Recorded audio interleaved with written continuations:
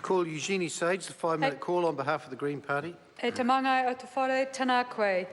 Tuarua ki ngā mema o tō tātou whare, tēnā koutou, tēnā koutou, tēnā koutou katoa.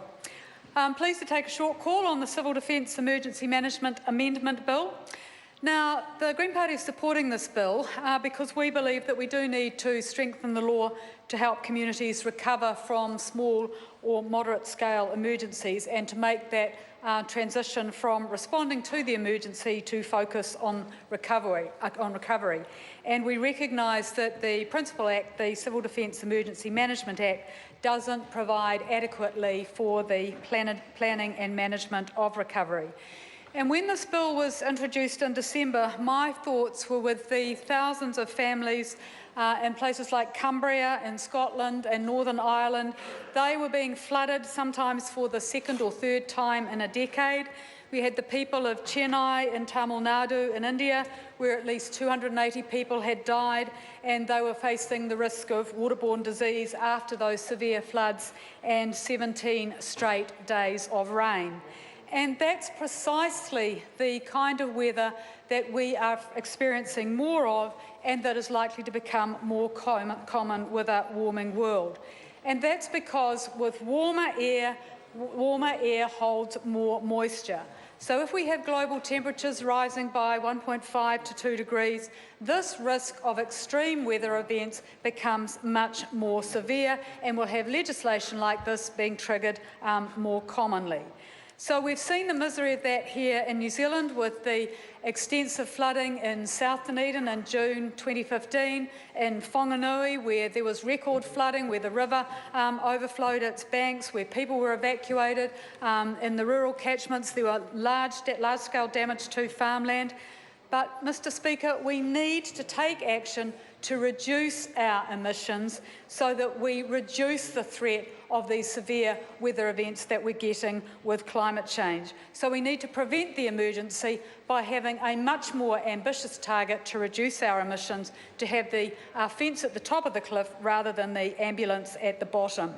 So we're certainly supporting this bill, but we will be very interested in submissions because of the way in which the emergency powers which override normal law operate. Under current legislation, when a state of emergency ends, the extraordinary powers which override normal law end as well. But the bill allows the Minister at the national level and mayors at the territorial level to direct that emergency powers continue beyond the emergency period through the mechanism of this transition notice.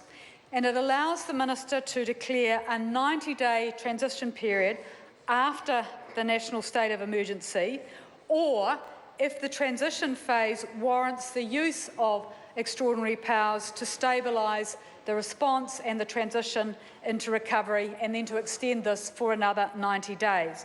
That means that the Minister or mayors can override normal legislation such as the Resource Management Act and continue to exercise these extraordinary powers for up to 6 months. And these powers include carrying out works, preventing people from entering into public places, closing public roads, giving directions to stop any activity or to take any action. They are very broad powers, and we have seen in Christchurch where residents were prevented from going into the central city, where there was widespread demolition using the extraordinary powers that Sarah had, which overrode the Resource Management Act, which prevented people getting involved and having a say on demolition. So these powers, as a regulatory impact statement recognises, are potentially too long in terms of the 90-day period before a reassessment needs to be made. And so we will be very interested in submissions and saying what needs to be a check on these powers, how they're going to be reported on, and what sort of extraordinary powers should be constrained, because we recognise the defects that require legislation to be amended, but we think that these provisions for the transition notices and the extension of the extraordinary powers are not sufficiently constrained. So we'll be very interested in submissions. Thank you.